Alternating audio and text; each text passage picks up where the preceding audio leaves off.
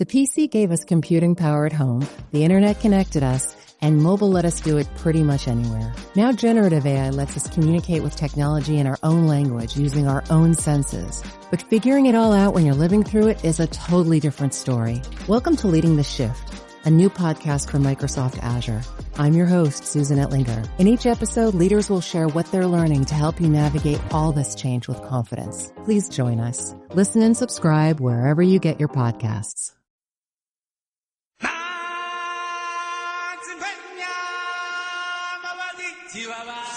You're listening to the Animation Addicts podcast with the Rotoscopers, episode 60, The Lion King. It's SFX.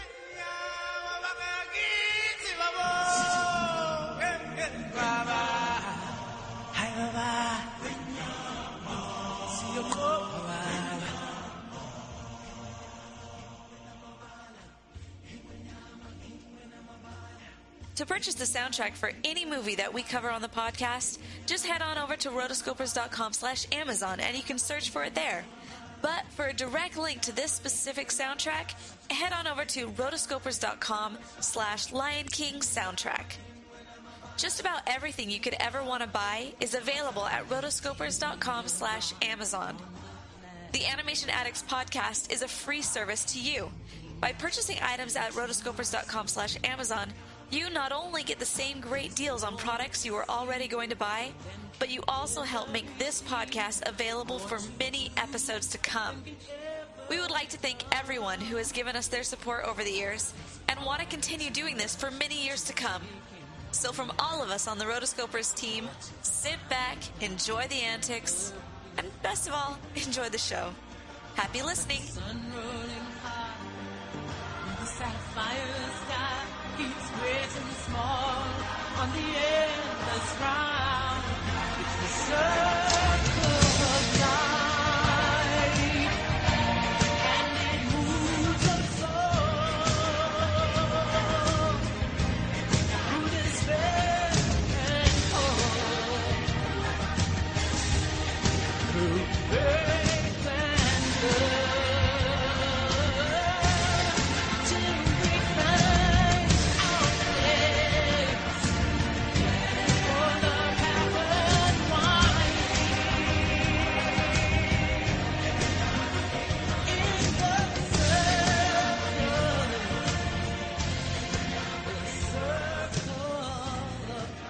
Welcome to the Animation Addicts podcast with the Rotoscopers. Disney, DreamWorks, Pixar, Don Bluth, and everything in between.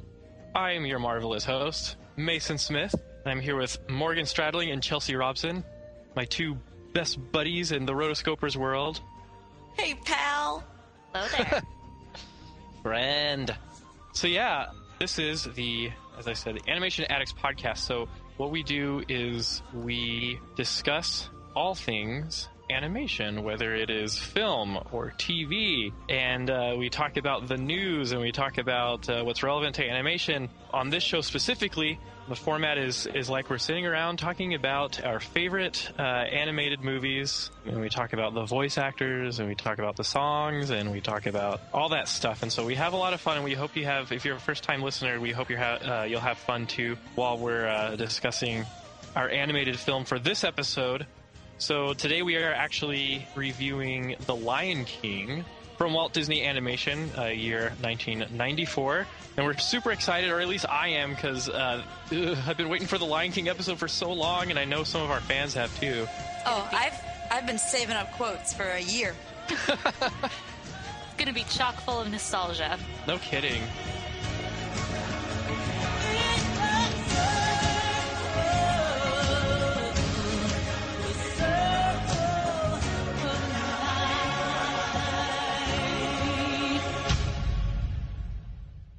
So 1994, just an anecdote. I was in first grade, I'm pretty sure. Aw, little baby Mason. Okay, first grade was not baby. It was I was 6 years old. Okay. Little Kinder Mason. Little Kinder Mason.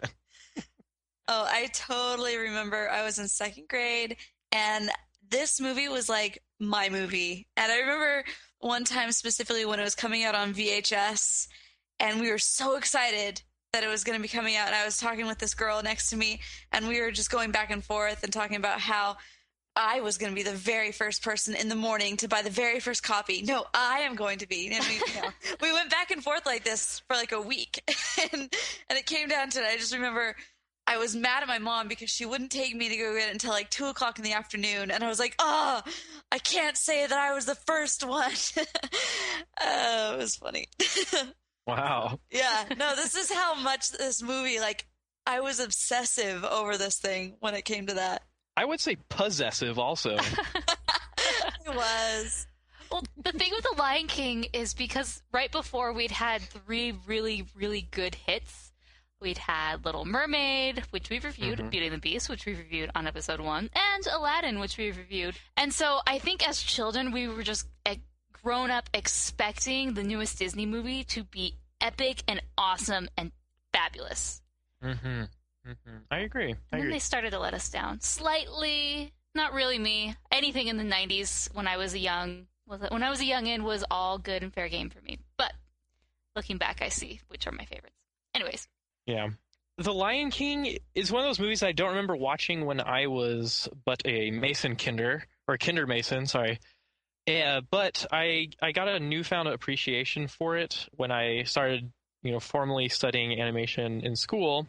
I think it was like 2 years ago, I went and saw the 3D re-release of The Lion King during the time I was taking a 2D animation class. And so what we had learned in that class really helped me appreciate the movie. And my goodness, I don't deal in absolutes because I'm not a Sith, I'm a Jedi. But The Lion King is absolutely my favorite Disney film, animated film. Wow. This is the one. This is my favorite. This is it. Yeah, I hold The Lion King in humble reverence and awe. Oh, sorry. 90s song came to mind. Hey, it's okay. And we've got 90 songs in this movie. Oh, you better believe it. But yeah, The Lion King is one of those movies I just hold in like deep reverence and awe because the film is exceptionally epic. Like, I can't remember which movie this was, but it was a VHS copy of one of the Disney films. We popped it in, and it was one of those, things where, like, Michael Eisner or Jeffrey Katzenberg comes up and is like, hello, here at Walt Disney Studios, we are working hard on our next animated classic. Jeffrey Katzenberg.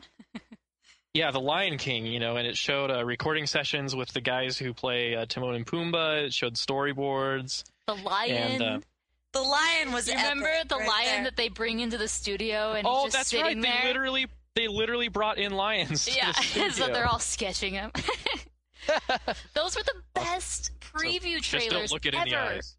I know, because they actually showed off the craftsmanship. Yeah, it's sort of like the new Box Trolls trailer, which shows the behind the scenes of the making. And like, I remember when I saw that trailer with my mom when I saw Frozen, she was like, "Wow!" It makes you appreciate everything that goes on behind it, which I think is something unique about animated films opposed to regular films.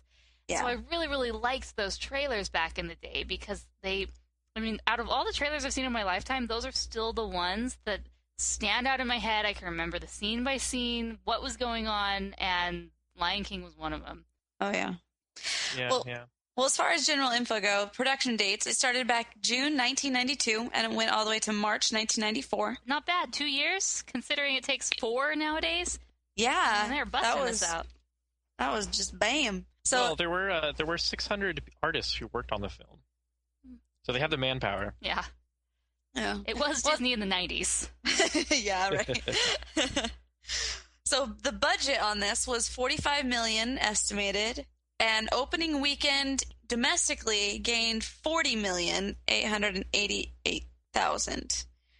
It's a lot of money, but later on, domestic sales rose to a record of $311.5 million.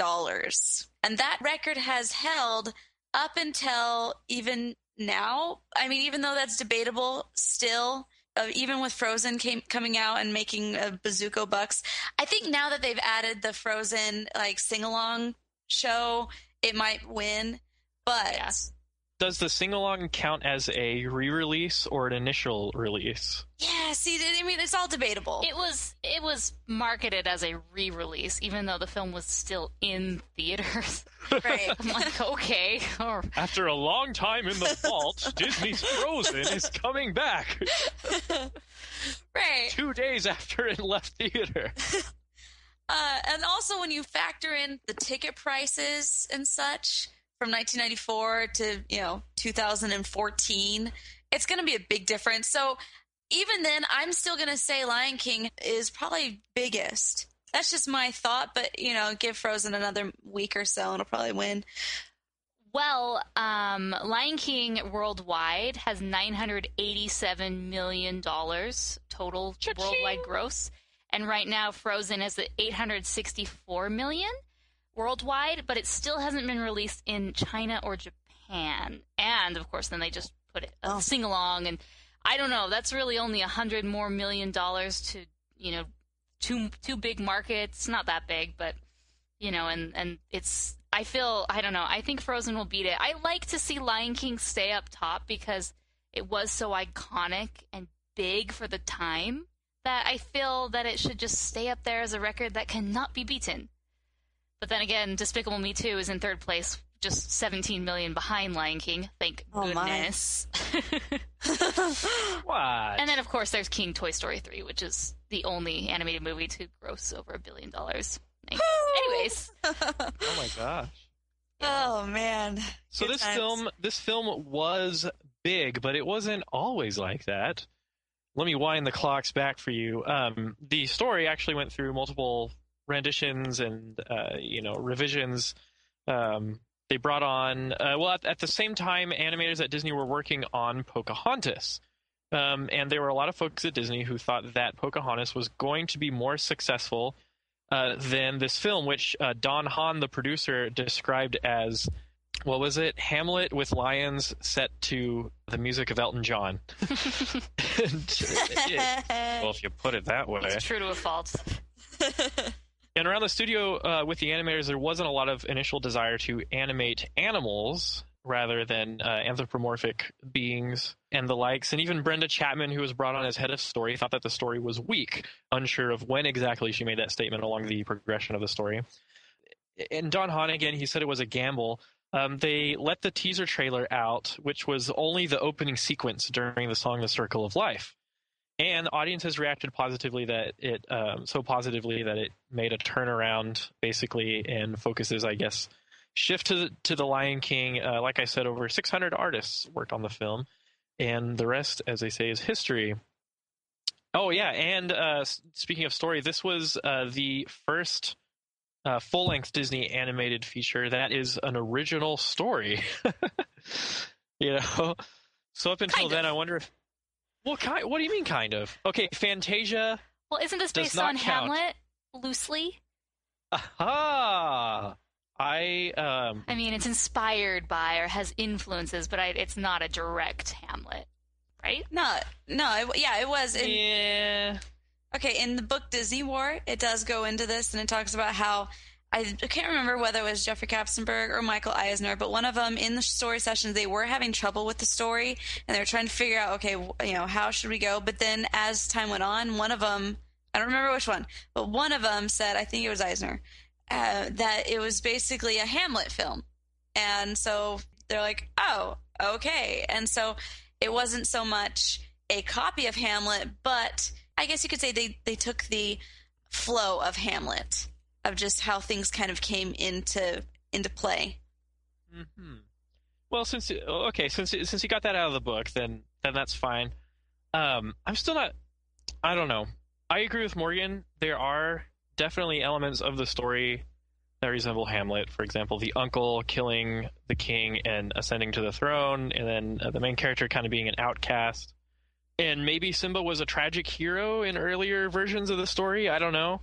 But I don't know. I have to disagree with people who say that it is basically Hamlet in the story. And I don't think you're saying that, Chelsea. I guess it was influenced by Hamlet.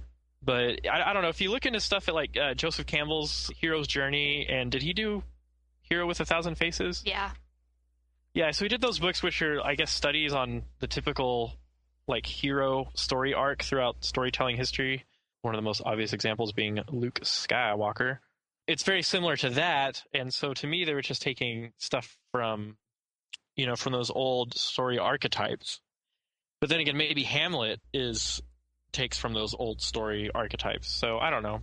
Speaking of the hero's journey and any of the works of Joseph Campbell, you can actually listen to those books through Audible by going to rotoscopers.com/audible, and there you can get one free audiobook. I will stop the plug now. Yeah, that's awesome. Thank you for saying that. Hey, I heard you talking about books, so they said, hey, those are on Audible. I like Audible. Our listeners are interested in what Mason is saying. They want to listen to these books. So They do. Let's plug Audible, right?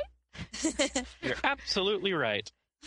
So whether you believe it or not, the whole Hamlet argument, me personally, I think it was influenced by Hamlet, but definitely not a copy of Hamlet. If you're listening right now and you disagree, then let us know. But whatever you believe about the influence, the film has a very strong, solid story without being obvious about it, which is what I like about this film. We start with this breathtaking exposition. We go right into the conflict, with Scar. You see, I will never be king. And then people's motives are explained clearly, but in an entertaining way. It follows your basic 3-act structure. And I also noticed watching this time around that it seems like the 3 acts of the film are separated by day and night cycles. Tell me more. Interesting. Yeah. Kind of. Elaborate. Well, it starts with, the sun coming up. And then I guess you could say the end of the first act is when Simba runs away and never returns. Mm-hmm. And though it's not exactly nighttime when he runs away, like the mood of the film turns into a dark night-like thing. And then the next scene we see is no, it does end with a night sequence, because that's when Scar ascends to the throne and announces the glorious age of hyenas. And so Act 2, I guess, would be Simba waking up in the desert until he is reunited with the spirit of Mufasa, which happens at night. And then everything after that is it ends in the day and ends at night. So I don't know if that was intentional or not, or if I'm just being crazy, but I think behind the scenes, this story is very organized, but they don't make it super obvious to where you're just rolling your eyes the whole time. I really did like the artwork and how they were able to throw in the different color schemes when it came to night and day. So I like the idea of there being a little bit more of a mood enhancement, or even cycle with, like what you said, with day and night in there. I'll go with it. Yeah, and how about that opening sequence, y'all? Mm-hmm. Mm-hmm. The score and everything was done by Hans Zimmer, which was totally to be expected. And then also the music was done by Elton John and Tim Rice. And honestly, I grew up listening to oldies, and I just thought it was really bizarre that the guy who did Crocodile Rock wrote all of these songs. Hey, But then everybody knows animals. I know. But then later on, the team, they went on to write the Broadway hit Aida. So they became fast friends in this little process. Yeah, definitely. And I love that Hans Zimmer does the score. He's got the whole epic soundtrack thing down. But I also just like how kind of diverse sounding and like cool all the music is, They really did their homework, and then the Circle of Life, which is the opening sequence, is just breathtaking. In my opinion, it's the best intro to a Disney animated film. Well, this intro was one of the trailers. Don't you remember? Yeah. This was during the time where Disney liked to kind of showcase one of their feature songs as the trailers in theaters. And I remember just seeing Circle of Life, and then at the very end it goes boom, just black, and then it gives you the logo. And like Mason was saying, talk about an incredible animated sequence in history, but talk about an even better animation trailer. I mean, that alone makes you excited and interested to see what's up, what's this movie about. I like it. It sounds good. It looks good. It feels good. When is it coming out? Oh, man, yeah. It's an amazingly composed and orchestrated opening sequence. There are no words, because you don't need any words. You just simply watch and figure out for yourself what's going on. And it's engaging with these brilliant light effects on the animals and all the colors and stuff. You literally feel like you've traveled to Africa. Mm-hmm. And the animals are more naturalistic. Nobody's walking on their hind legs. It's not like Robin Hood, I love the cool camera work with Zazu, a literal fly-in shot on Mufasa. There's a lot sitting of on... really cool camera angles. I mean, where they're low at the ground and you see the birds walking through the elephant's feet. One of the scenes where the ants are walking on the tree, and then it's blurred in the background, and then the perspective shifts, and then you see the zebras going by. Almost multiplane in a way in what they do there, but there's just a lot of really artistic choices going on, which really add to it. And I like that there's no one singing. We don't know who this person is. She's not, like Rafiki's girl or something, another baboon. It's not like a monkey sitting on Pride Rock with a microphone. Yeah. I mean, it's a sing over. Is that a thing? Where they're singing over. There's no actual characters who are participating, and it's good. How did Rafiki get that gig of Master of Ceremonies? That's my question. Well, he's like their religious leader. He's kind of like the head of the society because he has all this wisdom. A shaman, if you will. Yes, thank you. That's the word I couldn't think of. He doesn't have power. Yeah. Okay. But he has kung fu power. Which we learn, which is hilarious. I love that part. Yeah, I don't know how exactly the Baboon Priesthood works, but I guess that's the gig he has, and he's pretty cool. I like the hug he gives Mufasa. But you can't help but love Mufasa. Mufasa's awesome. He really is. Mufasa, what I love about Mufasa is because right away you see that he's kind, loving, caring, strong, a good leader. And so they build him up as this just wonderful dad. I mean, even further on we see that he's not going to let his son walk all over him. He's still very firm with him. He teaches him lessons. He's a loving dad. He loves his son, which makes the saddest part in any Disney movie ever. So much worse. Gosh. Oh my gosh. But yeah. Now there were several. I think each main character was worked on by a separate artist. Correct me if I'm wrong, but it works for a very diverse cast. The animation is just flawless for all these characters. I mean, you watch what the action was happening, and these characters are alive. They're animals, and they walk on all fours. And it's more naturalistic, but they have such life in them that's amazing. No wonder the hardcore 2D hand-drawn animation fanatics, no wonder they believe that this art form is superior to 3D because these artists were so masterful at it. No, yeah, this is definitely a difference between 2D and 3D animation because the 2D, you were the supervising animator of a character. I mean, that was your job. For example, young Simba was Mark Henn, adult Simba was Ruben Aquino. Mufasa you were talking about was Tony Fusil. I mean, their job was to create this character, and they and their team animated them and made it his personality. And today, not saying that it's bad or worse, you do the whole scene as an animator. So you're responsible to understand the nuances and the quirks of all the characters, which, as you spread yourself thin, you aren't as good at it as those who specialize. And so what I liked about this is you were able to see the slight differences in animators' styles in their characters. Just maybe the way that they animated someone's mouth or their mannerisms. But I don't feel that you can get that in 3D. And I think there was just a quote by John Lasseter where he was talking about that, how 2D you kind of focus on the animation because, like this, you have different animators doing different characters. But 3D kind of gets rid of that, so you're not focusing on the animation, but you're focusing on the story. Now, I don't know if I agree or disagree with that statement, but yeah, I miss the old days. Yeah. And there are leads who are in charge of a certain character nowadays in 3D, but Morgan's right. It's not as much as a make it your own kind of thing. Yeah. We always look at the example of like Glenn Keane of owning, being in charge of Ariel and pretty much owning that character as his own and putting his own stamp on it. And you don't see that as much in 3D, animation anymore. But I don't think the hierarchy of being a lead in charge of a certain character is totally gone. But it is like Morgan said, very different now.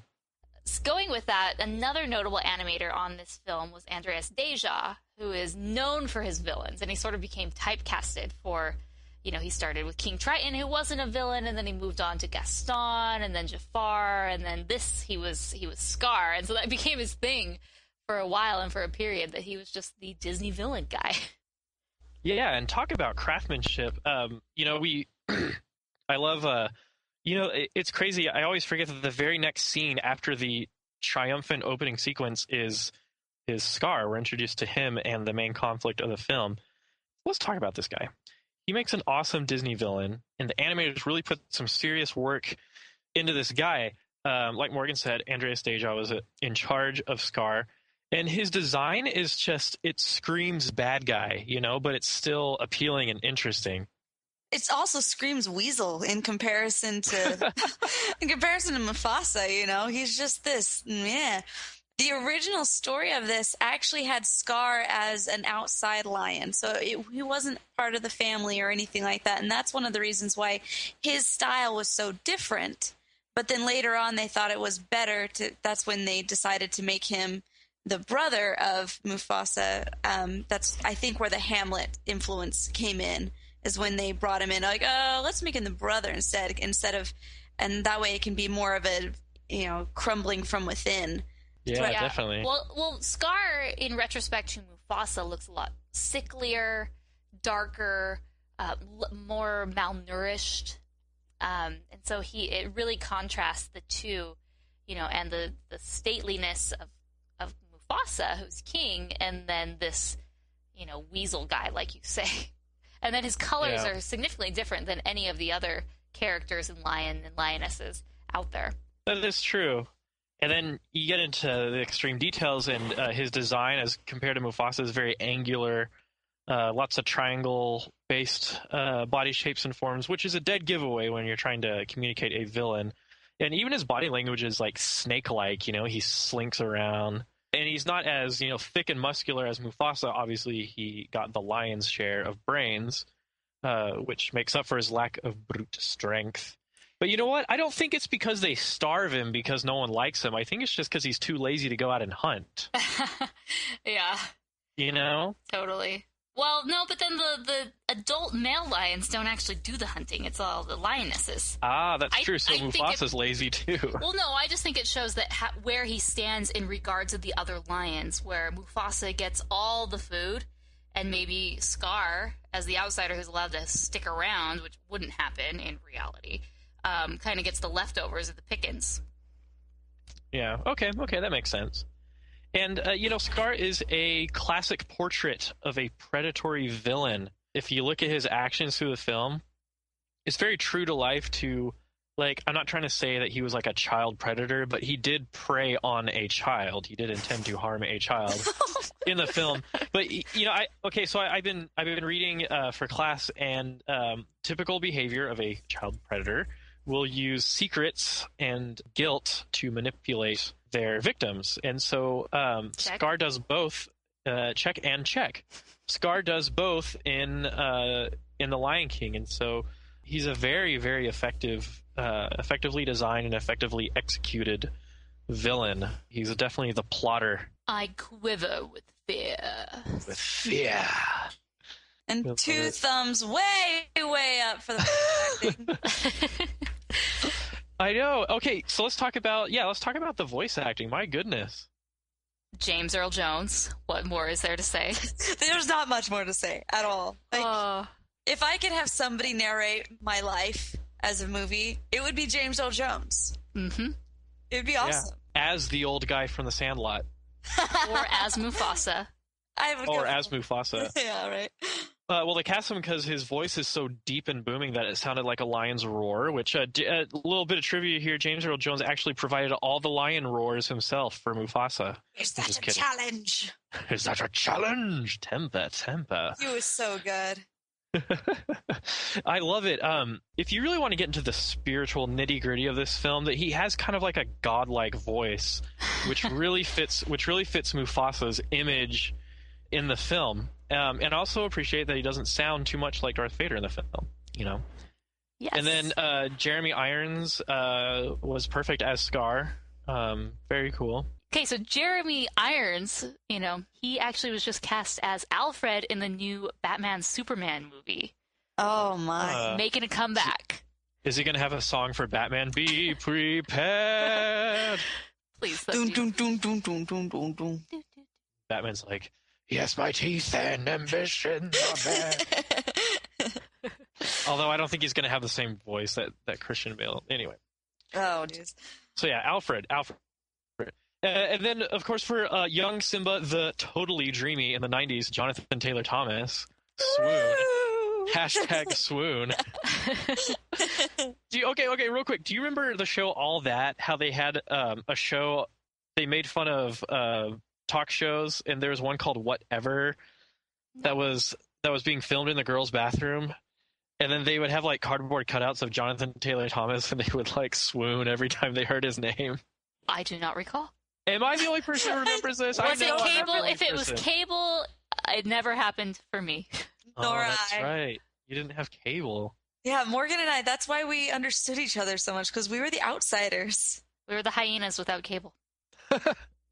But you said they were a bunch of stupid, mangy, slimy poachers. I can't remember the line. Next day on the Woodstock. Also, we had Rowan Atkinson, Mr. Bean. Oh my goodness. Oh, really? He was Zazu? Yeah, that's Zazu. Wow, I never knew that until now. You know, I didn't think Zazu was annoying in this film. No, Zazu's awesome. He does his job very well. Well, the word on the savannah is that the giraffes are on a bit of a spot. Cheetahs never prosper. He's like a good guy version of Jafar. I will marry Nala. Just kidding. It's a little weird. That's so weird.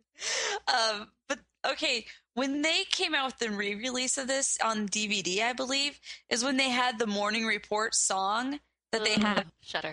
That they have in the Broadway play. You're kidding. There's an extra song with the Gophers? Yes. What, does Jim Cummings sing it in that version? I don't know. But it was just, I was so mad because they did it on... It was like, we've a new and improved Lion King. I was like, there's nothing to improve. There was nothing to improve. Get rid of it. I'm cool with an extra scene that you animated for the DVD. That's great. But no. This is worse than when Zazu and Iago took over the Tiki Room. Oh no. which I never witnessed, and I'm glad that they changed it back to the original. Yeah, I actually kind of wished I had witnessed it just so that I could say I had, but I'm glad with the original. Well, that's the power of YouTube. You that can witness it.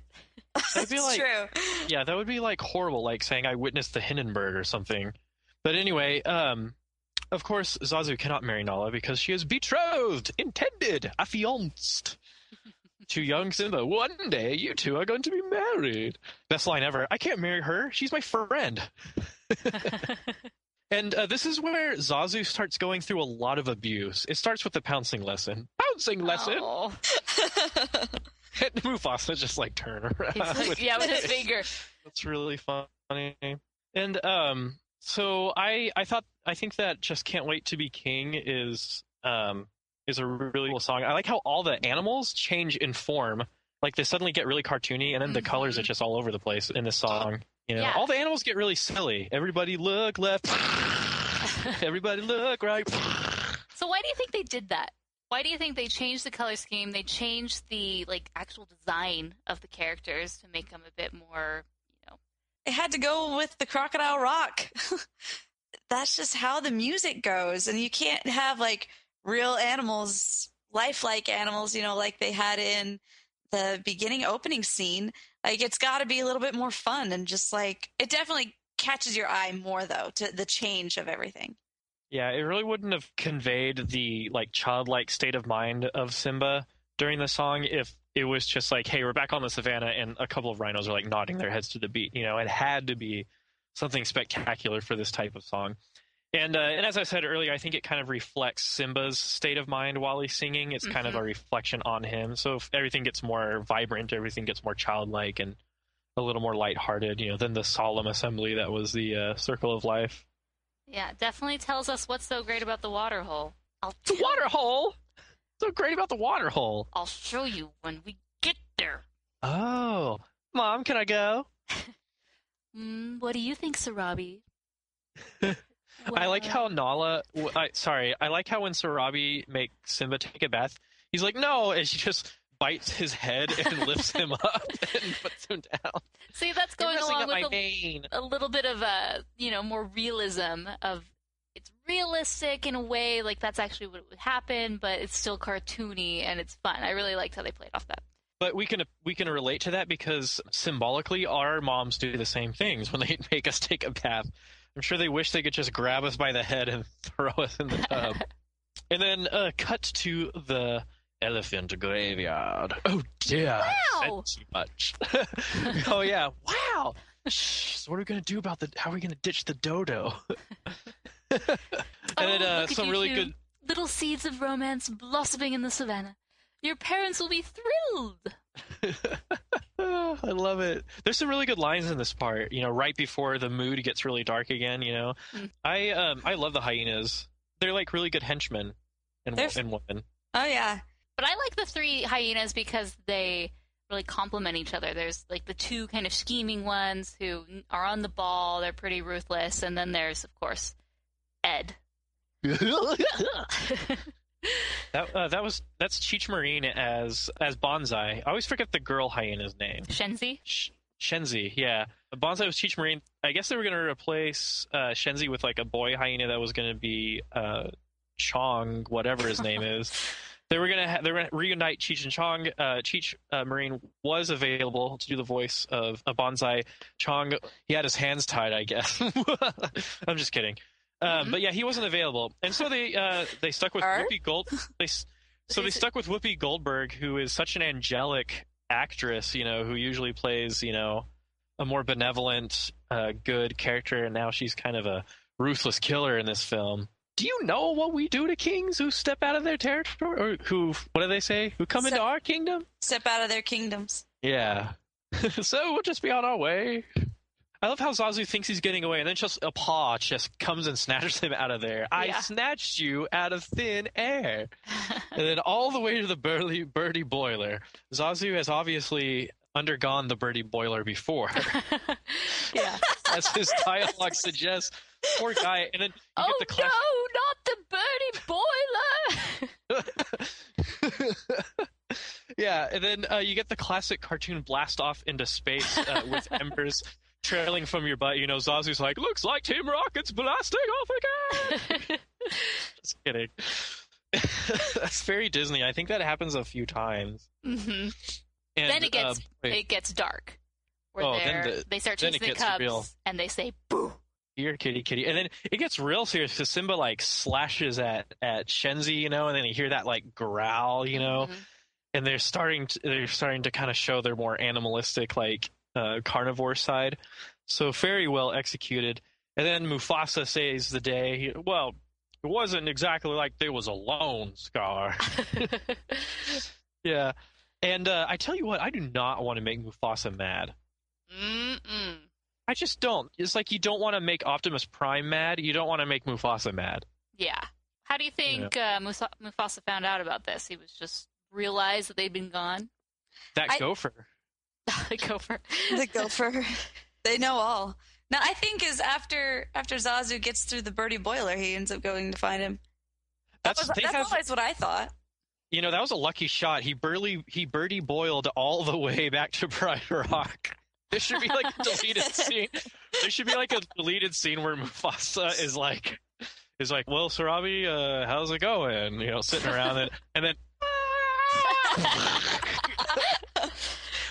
But then it wouldn't be as impactful when he does appear. No pun intended there, I'm sure.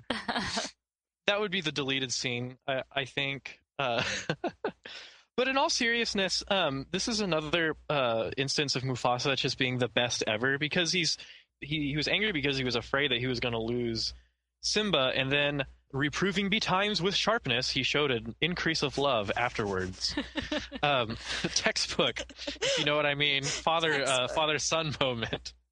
Hey, you got to read the textbook. And it's such a powerful father-son moment that it's almost spiritual. And then you launch into this amazing dialogue about the great kings of the past look down on us from the stars.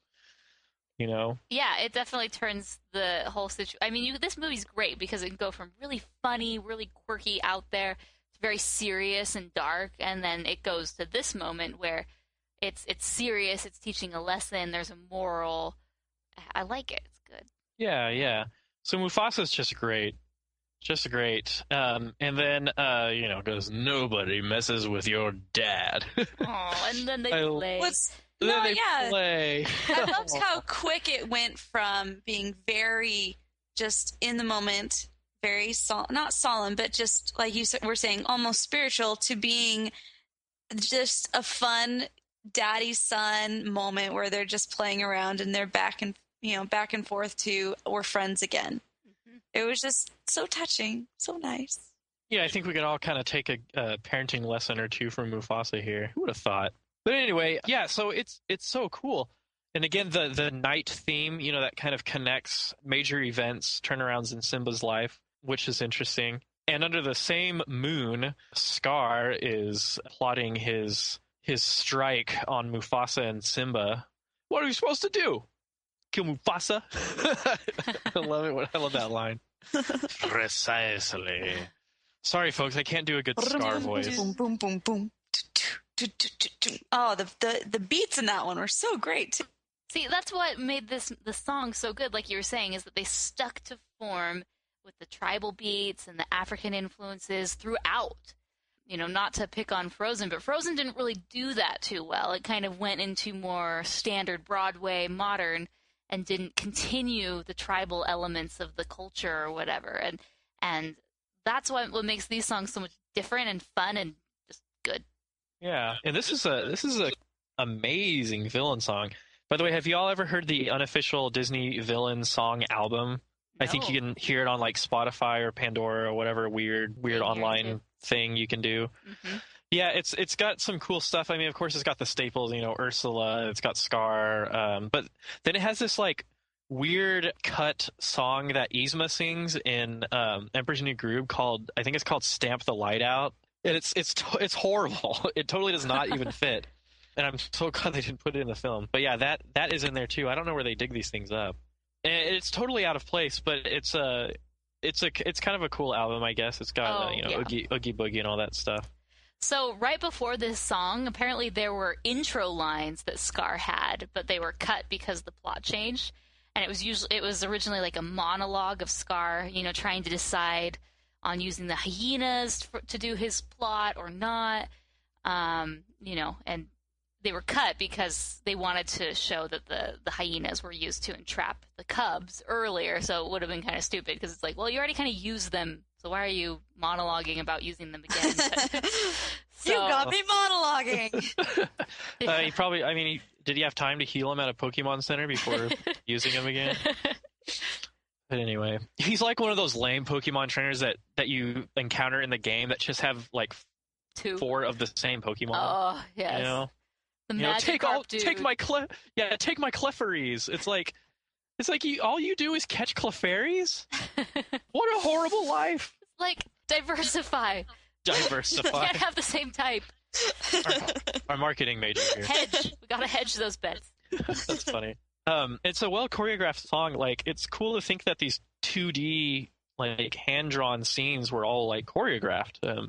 I've been doing a lot of shot composition and layout and storyboard work in my classes this semester, and it's not easy to communicate these kinds of shots, and so the work that they did was just incredible. For one, I'm not sure how, like, the whole physics of Scar standing on a thing of rock and it just kind of rises up, and all the hyenas are rising. Like, what is it with plate tectonics and villains, Exactly. Very Rasputin. In the dark of the night, Scar will kill them. Anyway. But the last shot where he's up on the top and there's the moon behind him and they're all laughing maniacally. Maniacal laugh. Maniacal laugh.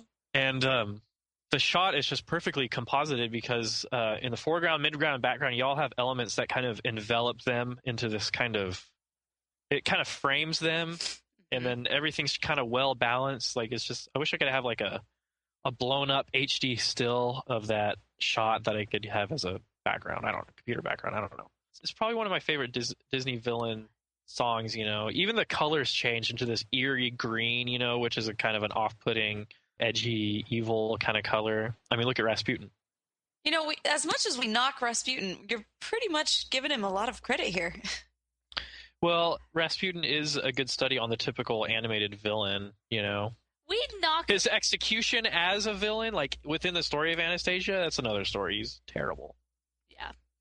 So during Be Prepared, it's actually pretty interesting because Jeremy Irons is this incredible Broadway voice, and he was singing, and that one part where Scar says, "You won't get a sniff without me," he blew out his voice cords and couldn't sing, couldn't finish the song.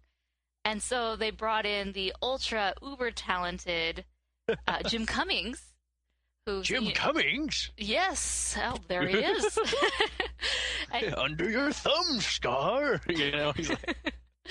And so Jim Cummings had to come in and sing the rest of this, you know, song, which was the very last verse, I guess, or the ending. And you could tell there's a difference. I mean, most people would never know, but if you listen, suddenly once he comes in, you're like, oh, there he is.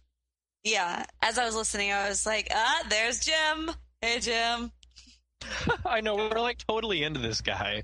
And you hear him everywhere once you start kind of studying, you know, his stuff and realizing how many roles he's played. He's awesome. I even heard him while I was playing Skyrim once, and I was like, gosh. Video games are the new animated cartoons. No kidding. It has Jim Cummings and the guy who plays Max Goof in it. Ah. Jason Mark. something or other. James or Jason. Oh, yeah. This is always a confusing thing. Dang it. The hot one or the not hot one? they're both good looking, but... The kid who plays Max Goof also voices in Skyrim. Anyway, that's just a little thing. All right, so the Stampede.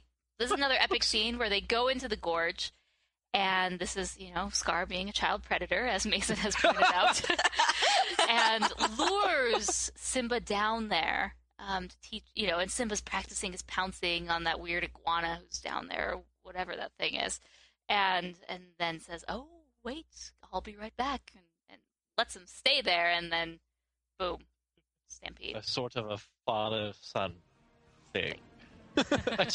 I love how Scar is funny while being totally sinister. Mm-hmm. It's the trademark of a good Disney villain. I wonder if that's just Andres Deja. But it's also the scriptwriters, isn't it, you know? Yeah, it's collaboration. Everything in animation is collaboration. Oh, and you might want to work on that little roar of yours. Honestly, though, Hans Zimmer is the master of mood in this scene.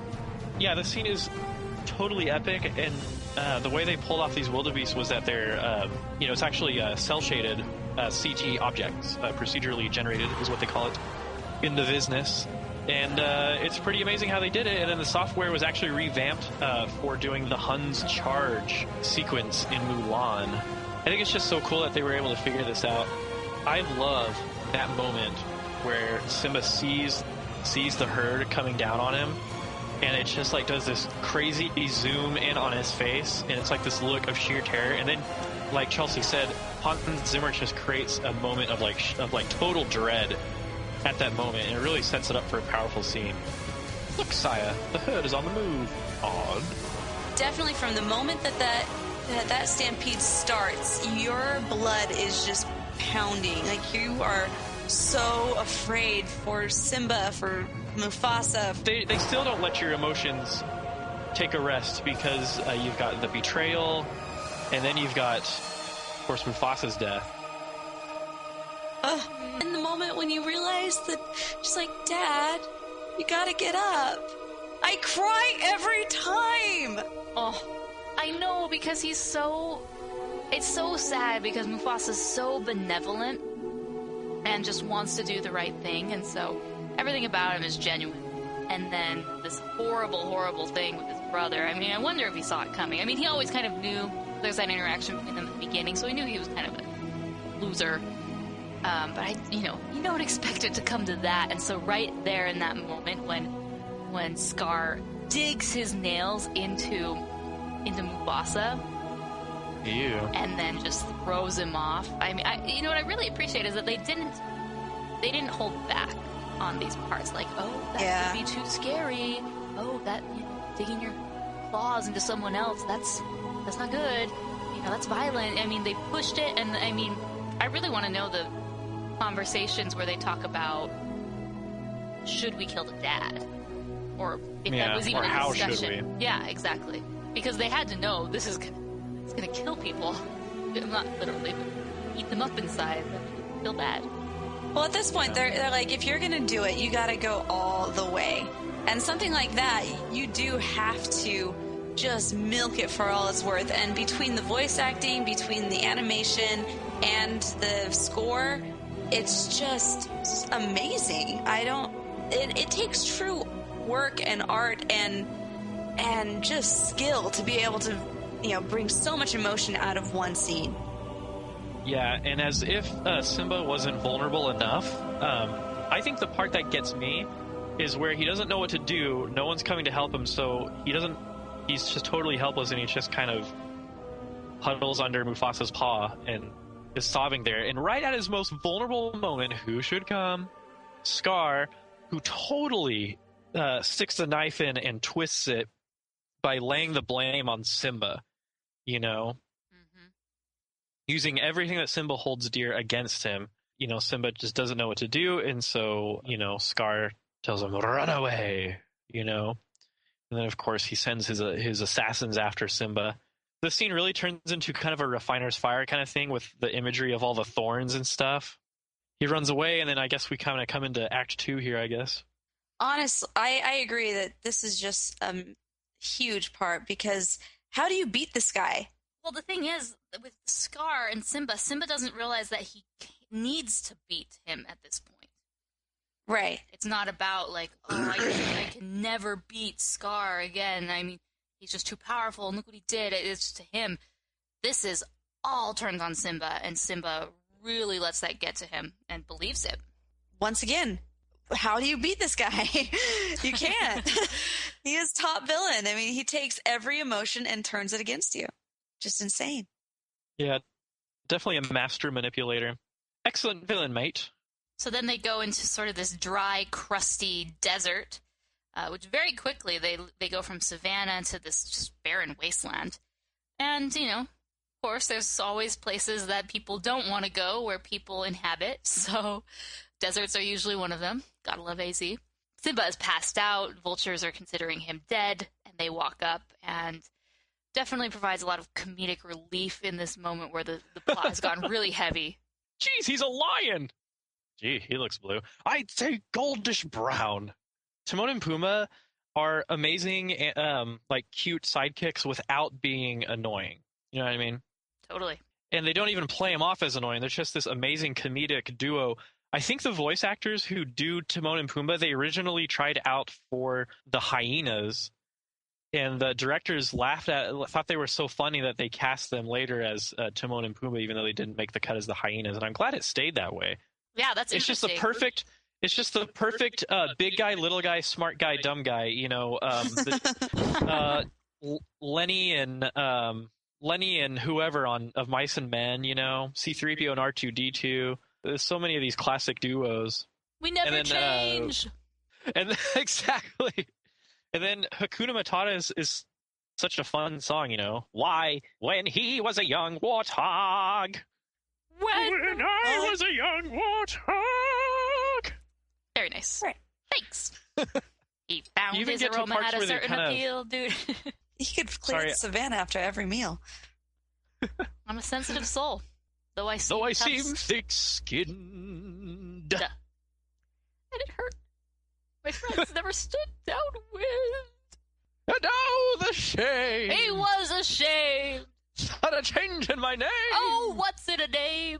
And I got downhearted. How does it feel? Every time that I... Pumbaa! Not in front of the kids. Breaking the fourth wall. I love it when... Is it fourth wall? I never know which wall they're breaking in that expression. Fourth. Because technically there could be 5 if you're in a pentagon type... Anyway. Could be 6 if you're in a box. Amateur. Calm down before you hurt yourself. This is a great way to pass from young Simba to old Simba, but also to kind of establish Simba's new state of mind when he's grown up. Wouldn't you agree? As I'm watching this, all I can think of is just like, man, by a show of hands, how many people wish that they could have passed through that quote-unquote awkward stage as fast as Simba did? I know. Within a 5-second montage, he's done with it. Like, that lasted years. I thought Lion King 1.5 should have been about Simba's awkward stage, you know? That's what I was hoping for, but no. They're just gonna throw in whatever they want. That would have been awesome. I know. Then, like, someone like Zac Efron could have done his voice, you know? Could have totally turned his career around. I'm sure that was before Zac Efron's time. Who was the big teen heartthrob back then? Aaron Carter, maybe? Could have been, yeah. Can't believe I know who Aaron Carter is. I love these kind of parallels, you know, Simba's life, but at the same time, the film also reminds you of what's going on back home. Because Simba doesn't know that Scar is evil, you know? He always considered him his weird uncle. You have no idea. And so everything's miserable back at Pride Rock. You got to hand it to Scar. He caused starvation throughout the kingdom and a massive drought. You know, he really is a cruddy ruler. Yeah, I don't know how you can blame him for that necessarily, but they seem to think that there is a correlation. There is definitely, statistically speaking, there may not be a cause, but there is a correlation. I can't argue that with the facts, the drought did occur while Scar was ruler. There was a 2% employment drop among lionesses during his presidency. Here's the thing. If Mufasa was still alive, let's say Scar waited a year to do this. Okay. I don't know if Mufasa would still be held in such high regard, because, let's be honest, the drought would come either way. There would be no food, and everyone would be looking at you-know-who, Mufasa. And maybe if Scar could have waited, people would have said, you know, then Scar could have campaigned a little bit, and maybe they would have started following him. Maybe this could have ended with no bloodshed. I know. Scar's first term would have been so much better had he waited out, you know, stayed in the Lion Senate while he could. I don't know. We could point fingers all day. But the fact of the matter is it's all about symbolism, okay? The symbolism of the movie, that everything's miserable, so there's no green left. Maybe everyone overgrazed. Well, I mean, the herds move on, but isn't that a normal thing? So wouldn't they follow them? I think it's just because he's so lazy that he didn't want to move on with them. He's like, I'm king of Pride Rock. If I leave, someone's going to take my throne. Well, that's true. There is no established statement that Pride Rock is the permanent resting ground for the lions. Maybe there's Pride Rock, and maybe 50 miles down there's Proud Rock, you know? Mama Proud. Hosted by the Proud family. Oh, no. They're the distant cousins that nobody talks about. That's he doesn't talk about me much. That's another discussion right there, the Proud family. That's for another time, I suppose. But anyway, even the hyenas are doubting Scar, you know? But we're still hungry. Ouch! Oh, eat Zazu. Oh, you don't want to eat me. I'd be all tough and gamey. Oh, nonsense. All you need is a little garnish. That's the first time I realized Scar said that. It's the lioness's job to do the hunting. So then we go back, and we go to... Sorry, one more. And we ain't got no stinking entrees. I didn't notice some of those quotes when I was younger. No, neither did I. But they're awesome. So as we go back to Simba's world, he and our, you know, fantastic duo are stargazing. And during this whole time, I'm like, Simba, don't give up your faith. Just because nobody believes you, hold true to your family. It's true. Well, it's interesting that kind of his most, like, the high points spiritually, I guess you would say, or his growth personally come in these moments at night or dusk, you know, in a big open field where he can ponder, he can think about things. And so, with the help of Rafiki, because Simba, he lays in those leaves, and then it spells SFX, okay? That's SFX, right. That's right, folks. It's the special effects department paying homage to themselves, okay? It's not naughty like people say it is. Oh, I thought it was some naughty foreshadowing, Morgan. No. So anyways, that breeze heads over to Rafiki, he grabs the leaves, he smells it, and then Simba. And so he You're Rafiki laugh again? Cannot be repeated. Okay. Anyways, this is another motif that I love, is the his little painting, his cave painting on the tree of Simba, and he draws the little Simba, and then he wipes him away with his hands, and then he realizes he's alive, and Simba! And he takes his finger and he draws the mane on him, and it's great. So then Rafiki appears and whips Well, before Rafiki appears, Nala appears. Oh, yeah. She's gonna eat me! I love this little dynamic between Pumbaa and Nala. First of all, at first it's, she's gonna eat me! And then once they establish that they have a mutual friend in Simba, they're like just fine with each other. Pleased to make your acquaintance. Oh, pleasure's all mine. I just tried to eat you. Yeah.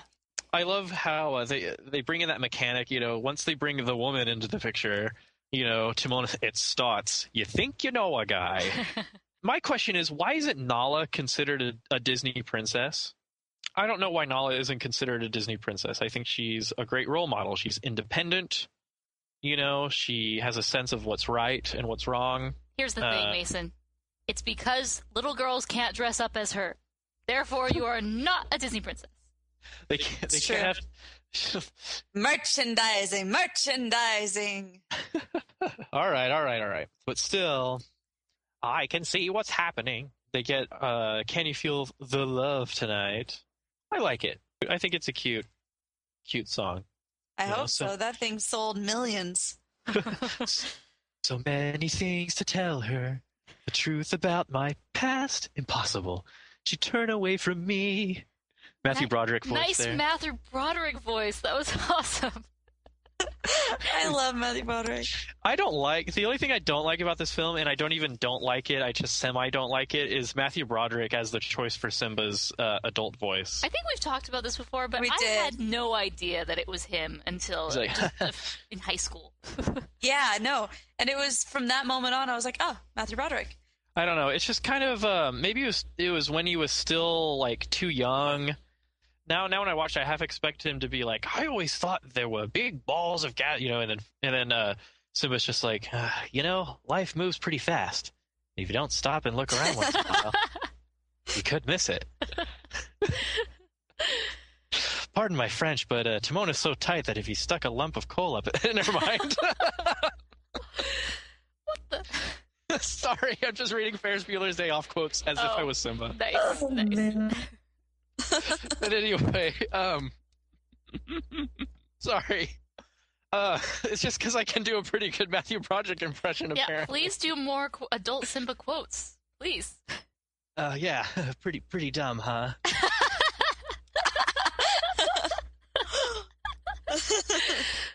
I hope you're doing this on your epic 100 animated voices video. I just added a new one, a bonus one. Sweet. 101. First of all, I'm going to take your stick. now he just sounds like now he just sounds like some creepy Miyazaki character. That's true. Yeah. Yes, change is good.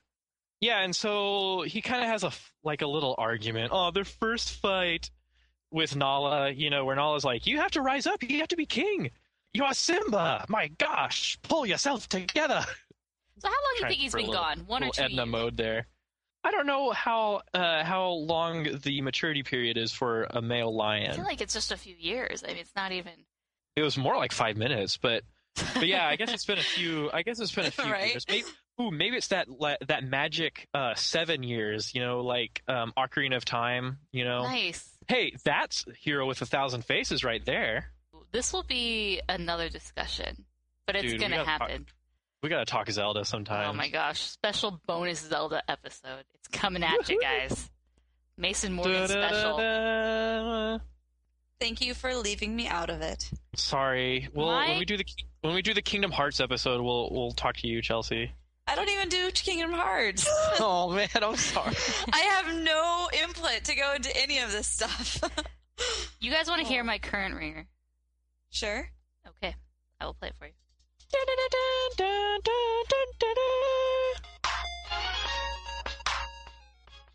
Can you hear that? Oh yeah, Zelda rap. Dude, first there was Zelda rock, now there's Zelda rap. Majora's Mask. Okay. Anyways, back to the Lion Okay. King. Yeah, Okay. and then enter Sarabi! Sarabi! I love his slovenly voice. Where is your hunting party? It's very pre-Jack Sparrow. So Rafiki shows up. Does Simba not remember Rafiki? I don't know how a part of their life Rafiki is. Like, I don't know if he just appears for big occasions. Like Maybe Rafiki did like a really embarrassing toast at the baby shower, and he was allowed at Pride Rock as master of ceremonies, but after that, like, he's got to go off and do his own thing. Oh, that would be an awesome sequel, is Rafiki turning into a villain. Maleficent style. Ooh, wait, Maleficent style? Yeah, he's not invited to the party, isn't that what we just said? Oh, that's right. No, he was invited to the party, but he got uninvited. It could be possible with someone like Rafiki, you know. And then we launch into one of the most iconic Disney animated sequences ever, which is where Simba is reunited with the spirit of his father, and it's very touching. Remember who you are. You are my son, the one true king. And then Aslan is like, well, actually, get out of here, Aslan. This is Disney. Oh, I love that scene. That's another one of the serious, solemn moments that presents the moral or presents a high point that the main character has to listen to and follow, and it's very like spiritual in what happens in him seeing his father, or the cloud version of his father, but it really whips him, like throws a bucket of water on him and puts him back into the right state of mind where he's like, oh my gosh, wake up, like he's right. It's like he's this, how some teenagers, when they get out of school, they're just like bums, and then finally there's a point in their life where they're like, mid-20s or something, they're like, I gotta do something with my life. And this is him. He's like, I'm not just some college loser bum dropout who abandoned my family. I gotta go back. Who's been eating nothing but grubs for 7 years. Still looks better than Scar. Nala's probably like, hey, I'm really glad to see you, but your breath stinks. What have you been eating? But anyway, I think all of us need a Mufasa moment, a remember who you are moment. What great lines, what powerful lines. He says you are more than what you have become. It's a big diss. You must take your place in the great circle of life. This is Simba's calling, and I think sooner or later we all have to kind of make that decision if we're gonna, take our own place in the circle of life. Mm-hmm. And so I really like this scene. I almost get choked up when Simba sees Mufasa's reflection, even though the effect is kind of cheesy with the water waving and stuff. Oh, yeah. But I get so choked up when I see him in his reflection, and then you hear this low rumbling, and then you see, and then the heavens open up, and it's Mufasa, It's amazing. And, that's good effects there. That's old school, like the old school. Yeah, I love it. And then, I'm going back. Simba is gone to challenge his Uncle Scar so he can be king. Oh. I love the scene where Simba is running through the Sahara Desert, I guess that's what it is, coming back, making his epic journey back to Pride Rock. I know, it's such cool music. Yeah. See, this isn't one of those scores where even just the score in itself is very memorable and iconic, where it has its own themes for different parts. Hans Zimmer, man. Yeah. This was his epic. I don't think I've ever heard any other movie or anything that he's done, or that many other people have done, period. I mean, not talking about Pirates. Pirates was awesome. He did Pirates. I know, that's what I'm saying. Like, that was one of his others, amazing. But this one, it's just, I don't know. I remember every part of it, and it's just a mental image in my mind at all moments. This is one of the ones where you want to listen to the score just as much as you listen to the songs. Yes. Or maybe slightly less. I love the setup for the final battle. Like, it's not like Simba's alone, And it's not like he has to, prove himself to his friends, because there wasn't a you lied to me moment, that was so typical of animated films back then, I guess, and still are. And so I just kind of like this whole kind of calm before the storm where Nala shows up, and then Pumbaa and Timon are like, well, this place is kind of a dump, but if it's important to you, we will fight for you, you know?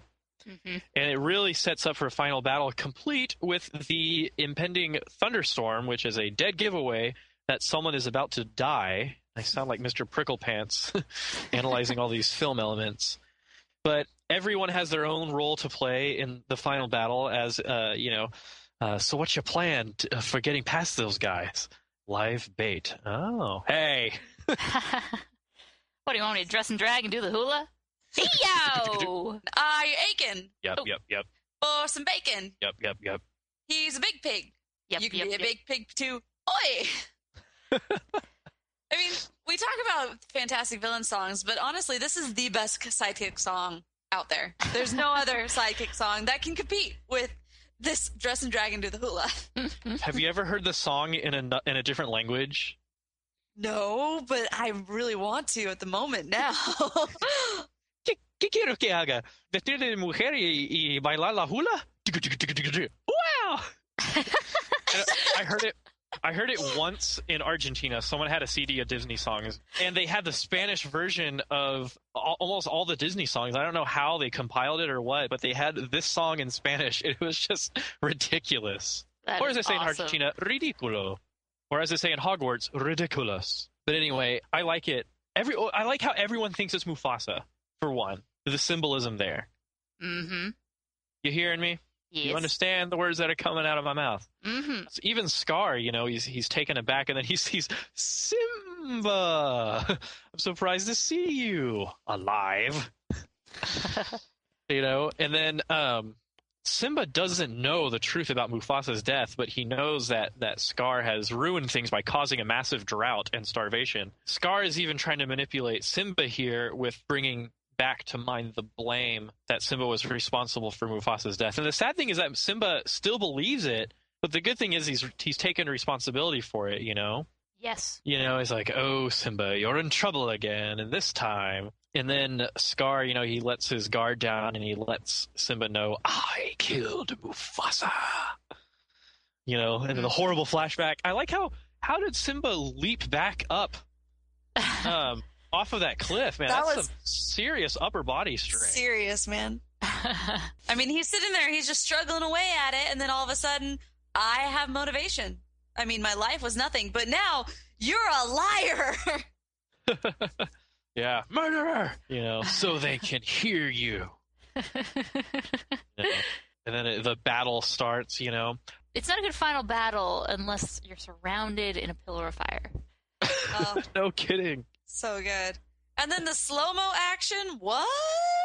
That It's stopped me. Not only slow-mo, but every time someone lands a hit, it's like this epic, It's like an true. echo, type of animation where it's boom, boom, boom, boom.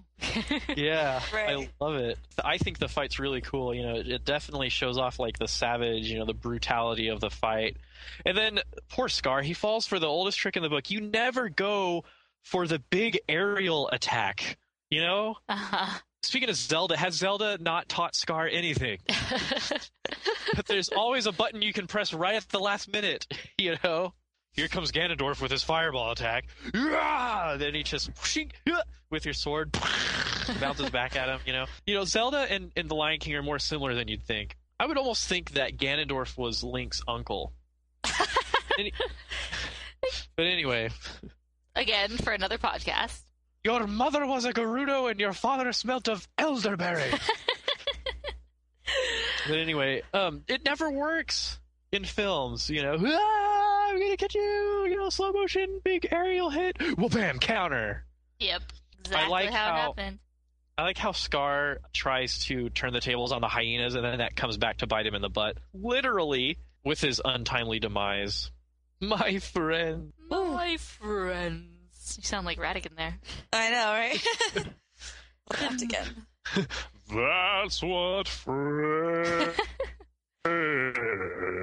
I can't. That's an impossibly low note. It is an impossibly low note, and every time I hear it, I'm like, holy crap. You know what would have been great for that scene? Is to have the buzzards or the vultures from Jungle Book watching Scar getting torn apart, and they're like, hey, it's what we gotta do. And the vultures from Snow White. Let's just bring in all our former vulture friends. And the vultures with the stretcher during the soccer game on the doesn't post. You just see him walk off on the side, they're like, with the stretcher. And Nutsy. And the other one, what's the other one? Criminally, now I know why your parents called you Nutsy. Maybe they'll even be double hanging. Trigger and Nutsy. Criminally. Oh, this would have been an awesome reunion. It would have been a vulture reunion.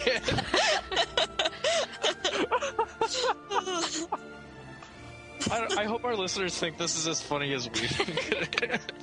Anyway, yeah, so Scar is gone. And then in comes the cleansing fire and the cleansing rain, and then there's that awesome dramatic shot. Rafiki is like, get up there, boy. It's get up there, Bobby.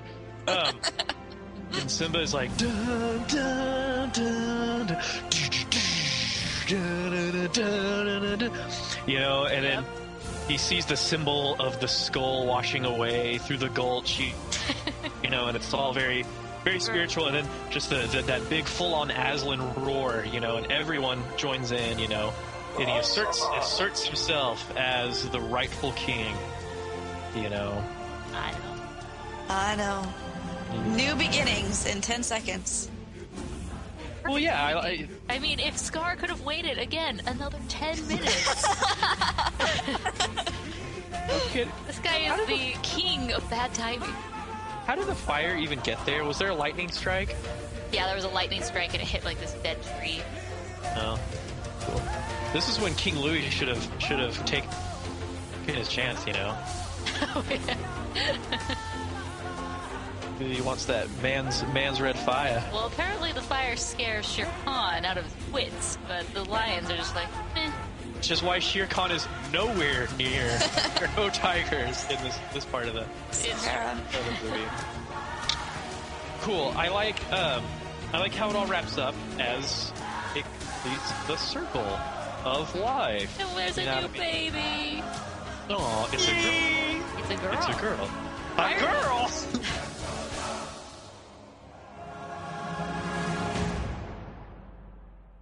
That's like the one moment I remember seeing this in theaters back in 1994 is that very end scene and you're just seeing that like, oh, there's a new baby and me going, oh, so cute. And yeah, then it ending. And that's the only part of this movie I remember actually being in the theater seeing. Oh, really? Yeah. I remember the whole thing in the theater.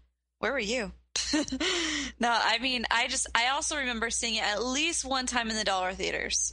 I was just thinking, there has to be a sequel. There has to be. And that just opens it right up. There's going to be a sequel. There has to be a sequel. This point when it was like, you actually wanted the sequels because they hadn't ruined the idea of having a sequel by having a million sequels that should never have been made. And at this point, we still thought Return of Jafar was kind of good. Yeah, it's true. Well, what do y'all think of the sequels? I have not seen Lion King 1.5, and I've only seen Lion King 2 once, but I need to see it again, because I think that one's actually pretty good from what I remember. Yeah, Simba's Pride was okay. I don't know, I thought they kind of lost the awesomeness of the first film with the sequel.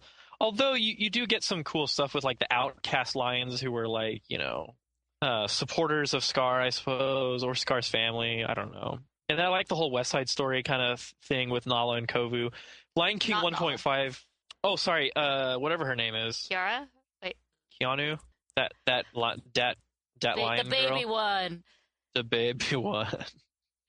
And then Lion King 1.5 is a shameless mockery of the first film, and I didn't like it that much. It goes into Timon and Pumbaa, kind of their origin stories and how they became outcasts.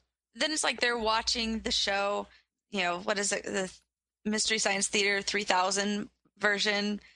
Yeah, I didn't like 1.5 that much. And then 2 was okay. I mean, I liked it as much as any other Disney sequel, so not a whole lot. A few miscellaneous notes here on the film. I always love reading the controversy section of any given film's Wikipedia page. You know what I mean, folks. You know what I'm talking about. Apparently, so I understand that there was the infamous spelling out. People thought it spelled out sex instead of SFX. SFX. Yeah, I know. I'm yawning. It's such a contrived, overused argument. I didn't know about this. There were apparently scene similarities with this anime called Kimba, the White Lion. And if you look at some of the shot-to-shot comparisons, it is pretty similar. Apparently, the anime studio that produced Kimba the White Lion were afraid of suing Disney over the rights because they were such a small company and Disney was this animation giant. I feel so bad. You should never feel afraid to sue someone. But anyway, I don't know what would have happened, but I believe in homage to other films, not copying other films, and that could have easily been used as an argument.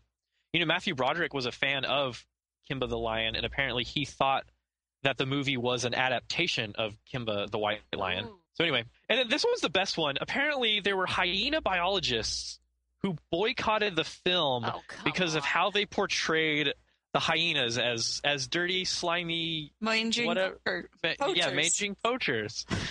And then there was this other argument that the hyenas represented anti-immigration, and that it just so happened that the only African American, the only Hispanic guy were these unwanted hyena characters. No, young Nala. And then I'm like, young Nala, James Earl Jones. Yeah, that's true. Right? But anyway, I don't buy the anti-immigration thing for a second, but I thought it was just funny that hyena biologists were like, you're hurting the hyena's feelings, you know. They're going to boycott it, you know. Just when I was on the brink of destroying Disney Animation. I'm surprised they didn't try to TP Walt Disney Animation Studios. I'm sorry if you're a biologist and you sympathize with these hyena activists. I just think it's kind of silly. Because it is. There's got to be a villain, and so there has to be an animal that's a villain. So they chose a hyena. Hyenas are scavengers. You know, hyenas have that creepy laugh. Hyenas are dirty. You couldn't make this film The Hyena King because the hyenas couldn't take any of the lines seriously, you know? Mufasa the hyena has been like, when we die, what do we... sorry, son. It's just funny that our bodies become the grass. Sorry. Cut. Hyenas, stop laughing. Uncle Waldo. Stuffed with chestnuts. White wine. But anyway, that's my spiel on the controversial film that is The Lion King. So before we close up, can we talk about merchandise real quick? Yes. So boy, oh boy, did I have merchandise for this film. Specifically, I mean, I can't even remember everything that I had, but there was this Lion King board game. It was sort of like Life, where you had to progress through the events of the movie. At the very end, there were these 3 little pieces of cardboard. Yeah, you put them on this little pedestal thing and balance them together or whatever. And then you had this little catapult contraction that you had to shoot a boulder at the 3, and Scar was on the other side on one of those 3. So if you guessed right and it was the Scar one, then you win, and it was really awesome. Oh, man. Really dorky, and I really wish I still had that game. I wish you did too, man. Yeah, the catapult at the end was just awesome. And then hello, kissing Nala and Simba, anyone? The sweetheart comes! Yes! You had those? I did not, but you posted the video for it, and I was like, oh my gosh, I remember those! Yeah, my friends, the Carpenters had like everything, Barbies and toys. So they had those, and I just remember like loving to make them kiss because they were so cute, but I never had them. But yeah, they had the Nala and Simba, so cute. They also had these other ones. I'm going to post a video in the comments. It's like this commercial for like this hodgepodge of various Lion King toys. And one was called the Jungle Babies. And they were just these little baby versions of the animals, like a baby cheetah, baby Nala. Yeah. And it was like a little jungle gym, and it was just weird. And of course, the Carpenters had those because they had everything. And then the McDonald's toys. I think everyone had the McDonald's toys. Am I right? You're right. Their legs moved around. I tried looking for a commercial for those. I couldn't find them, but there's like a few that you can look up pictures. But yeah, those were pretty bomb. And then last but not least, my favorite childhood game was the Lion King SNES video game, which I could never beat. First off, it was really hard, like especially when you were in the jungle. You had to climb up these waterfalls. There were like leaves that would fall down the waterfall, and you had to hop on them before they fell. So you're always hopping from leaf to leaf to leaf to leaf. It was really hard. And then you got to this, finally you became adult Simba, and you're kind of in this wasteland after you were going back, and you were this close to beating Scar. But I swear my game had a glitch, because you're supposed to be able to jump from this one level to the other. It's just not possible. Just completely not possible, and I still believe my game had a glitch, because we never got to beat that game. And to get to that point in the game, there's like no saves. So it's like, if after you lose your 3 lives, you have to start all the way at the very beginning. It's just... yeah, it's so sad. Anyways, yes, that childhood merchandise. So if any of you listeners had some of this Lion King merchandise, please send us a voicemail at rotoscopers.com at rotoscopers.com/voicemail, because we want to hear all of your amazing stories of your childhood with these toys. I like that voicemail idea. Let's hear it. Here's my rating, folks. Drumroll, please. I give The Lion King 5 stars, giving it a perfect score on the podcast. I don't know how many times I've done that. This film, I think, is the greatest Disney animated film, and it is definitely my favorite Disney animated film. I think it's got everything. It's got the solid story, unforgettable characters and songs, and flawless, amazing animation. It's just so beautiful and so perfect. Seeing it on the big screen again in 3D a couple of years ago was a real treat. So in conclusion, I give it 5 stars because I really think this is as close as you can get to the perfect animated film or Disney animated film. I will also give it 5 stars because there's really nothing that I would say. I mean, there's no real plot holes. There's no real thoughts of what happened here or whatever. I mean, they sum it up great, but also, I mean, you got music, you got Hans Zimmer, you got blah, blah, blah. I could just go on and on, but I'm just gonna say 5 stars. I'm gonna echo both of your sentiment. 5 stars. This movie is... holy cow, a triple 5-star rating. A triple 5-star. I mean, what more can be said about The Lion King other than it's near perfect and it's awesome? And I watched this movie so many times as a youngster on VHS that my dad threatened to throw it away for good, and so it really scared me, so I didn't watch it for a really long time because I didn't want him to throw it away. 5 stars. Awesome. It means no worries for the rest of your days. It's our problem-free philosophy. Hakuna Matata. Hakuna Matata. Hakuna Matata. Hakuna Matata. Hakuna Matata. Hakuna Matata. Hakuna Matata.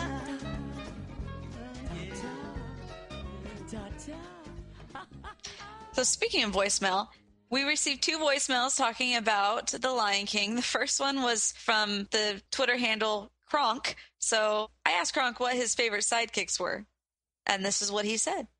Grunt, grunt, snort, or grunt, snort, grunt, snort, snort, grunt, snort. That's Warhog, for the sidekicks in this movie were pretty funny. I'm just glad it wasn't in Smell-O-Vision. Can I go home now? Yes, Kronk, you can go home now. This next one is from Jessica, over from Animation Fascination. Hey there, Rotoscopers. This is Jessica Worski again. I had to jump in for The Lion King. I've requested it and been waiting for it, and I can't wait to hear what you guys have to say about definitely my all-time favorite animated film. This came out at just a real pivotal point in my life. It's the movie that made me want to be an animator, and I had the movie memorized for a while. In fact, I wrote the screenplay out to the best I could remember it with my cousin. It was really awesome. I don't even know what my favorite part of this movie is, honestly. It's just the colors and the humor and the music and the feeling. It was the first IMAX movie I ever saw, so it made me cry, and I just absolutely love The Lion King. I'm really glad you guys are doing it. Like I said, I can't wait to hear what you say. Hakuna Matata. All right, so we did ask a listener Twitter question today. We said, what is your favorite scene/quote in The Lion King? And Chris Cookson says, be prepared. All of it. Such a catchy, fun, yet ominous villain song with some really cool Russian constructivist style visuals. He also says, I love wherever Disney has a lot of fun with their villains. The best villains are the ones you almost want to hang out with. Janice Marie says, my favorite scene is when Simba meets Nala years later. Chris again says, for his favorite quote, he says, I can see what's happening. What? And they don't have a clue. They'll fall in love, and here's the bottom line. Our trio's down to 2. Oh. He says, those lines from Timon and Pumbaa basically sums up the deep-seated fear that every well-knit group of guy friends has. Oh. Pixar Time says, you may as well highlight almost every scene in that movie. It's that good. Thanks, Pixar Times. Okay, and Jessica Worski says, my favorite part is the end when adult Simba roars at Pride Rock. Chills thinking about it. Shayla says, Jim Cummings, just him alone is my favorite from Lion King. Milan Harrison says, Na tinguronya bagarichi baba. What's funny is we have a couple of these and everyone is spelled differently. It's fantastic. For example, in our next one, David King says, Maritwaya pararitu aba. Not sure how you pronounce it, lol. I used to sing along with it sometimes. Love the opening sing. Janice Marie says, my favorite scene is when Simba meets Nala years later. Jordan M. says, lady, have you got your lions crossed? Dylan Manti says, my favorite scene is the start when Mufasa is like, everything the light touches is the kingdom. Kimberly Hayner says, my number one quote, you think you can just show up here and tell me how to live my life? You don't even know what I've been through. Ann M. Daly says, I've got a lovely bunch of coconuts, diddly-dee, and let me out, let me out, let me in, let me in. Chelsea Hastings says, my favorite scene is definitely Scar singing, be prepared. Michael Blue Jay says, where do I begin? Favorite scene is the Circle of Life scene and the Stampede scene, as upsetting as it is.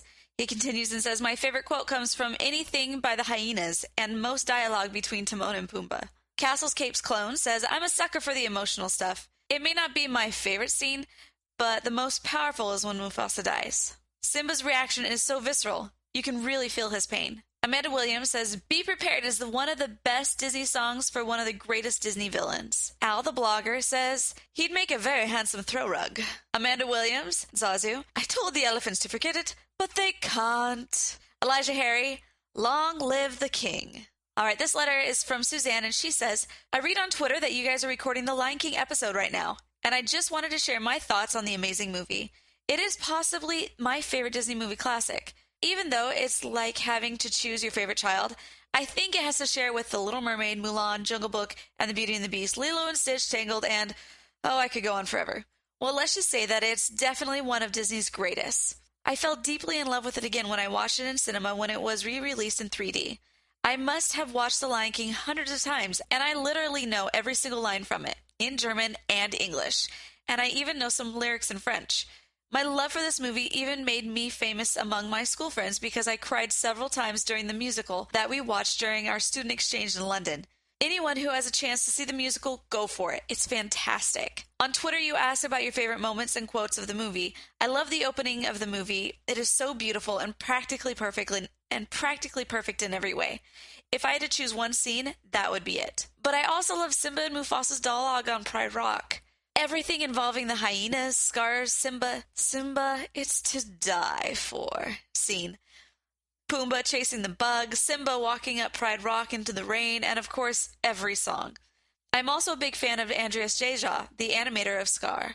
I read a lot about his work on his fantastic blog, Deja Vu. He's obviously an artistic genius, but I also admire him because he is from Germany, like me, and still made it at Disney. I think it's so fascinating how he could both animate an evil lion like Scar and a little girl like Lilo from Lilo and Stitch. I could go on forever and talk about the fantastic soundtrack, the characters, and the deeper meanings of the film. Did you know that it was inspired by Hamlet? All in all, I just love The Lion King, and I can only give 5 out of 5 stars. Can't wait for your review, and thank you so much for all the work that you put into the Rotoscopers. Best wishes, Suzanne. Thanks, Suzanne. That email was great. Hi, Rotoscopers. I hear you're doing an episode on The Lion King, so here are my thoughts on it. My favorite song in the movie is Be Prepared. I want to hear Mason sing it soon because I think it will sound so cool. Also, this film, in my opinion, is the only Disney animated film with a good sequel. I love Lion King 1.5. Also, when I rewatched this movie on VHS, and one of the ads before the movie was so cheesy. It was a young girl who caught a firefly, thinking it was Tinkerbell. So she wanted to keep her, and her parents told her that if she let her go, then she can see her in the Disney parks. The funny thing was, I don't think Tinkerbell was at the parks yet. Anyways, see you soon. Joshua K. And our next email is from Frank. He says, The Lion King is one of the first Disney movies I remember watching constantly when I was little. I feel you, Frank. I could not get enough of it. I remember annoying my sister so much because I wouldn't stop singing Hakuna Matata. I still love The Lion King to this day. Hands down, it has the best opening ever to an animated movie with The Circle of Life. Simba is such a great character, and you care about his journey to becoming king. Scar is a fantastic villain with a great song to boot. Timon and Pumbaa are two of my favorite sidekick characters in all of Disney. The movie balances the right amount of drama and humor as well. You have the fun moments like most of the Timon and Pumbaa scenes, and the serious moments like the Stampede scene. I have to say, the music score is one of Hans Zimmer's best. The only thing I don't like about the movie is the forced romance between Nala and Simba. I know they were childhood friends, but I never really bought them falling in love. Can You Feel the Love Tonight is the only song in the movie that I don't care for. Every time I see that scene, all I want to say is, no, I can't feel the love tonight. Forced romance is a cliche that I can't stand in animated movies. Movies where the romance isn't needed but is forced just because there is simply a male and female character. If you're not going to develop the romance, why throw it in? I wish I would have gotten to see it in theaters with a 3D release. Not for the 3D, but just to experience it again on the big screen. It's been about 20 years, and The Lion King is still one of Disney's best. Frank.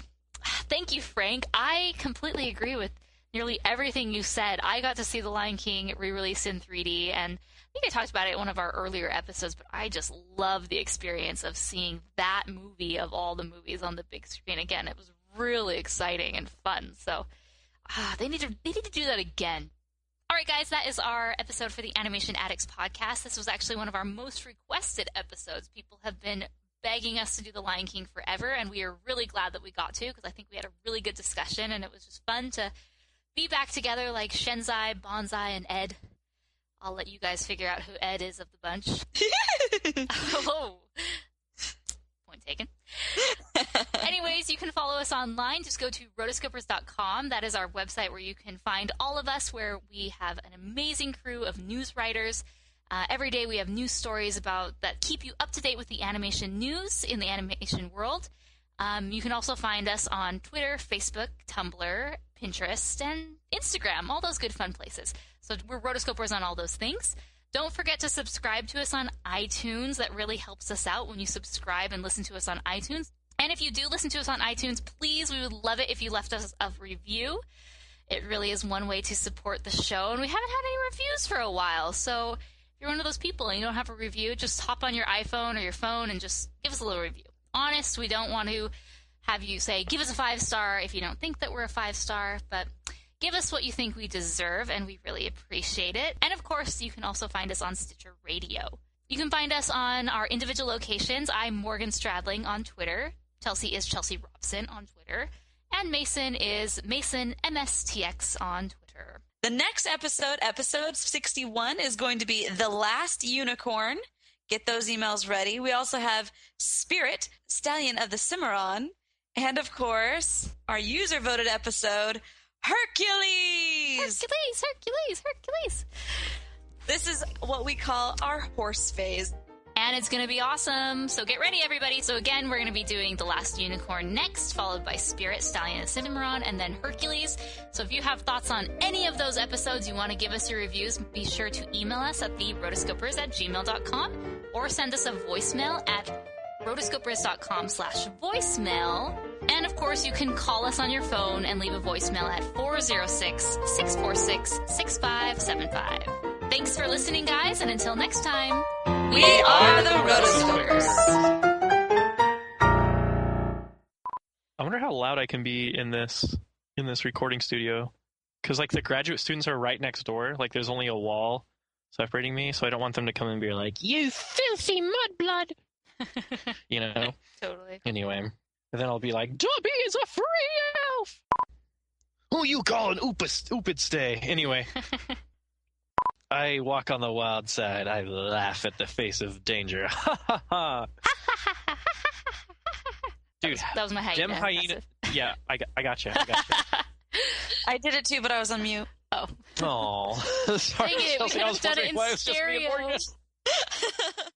Well, I wanted to talk about the procedurally generated wildebeest. Yeah. Go for it. Go back. All right, just insert this later. Hold on. Let me finish doing it, and then I got something to say. I'm just trying to get to Rafiki. You follow old Rafiki. He knows the way. Oh, Simba. And so he Your Rafiki laugh again?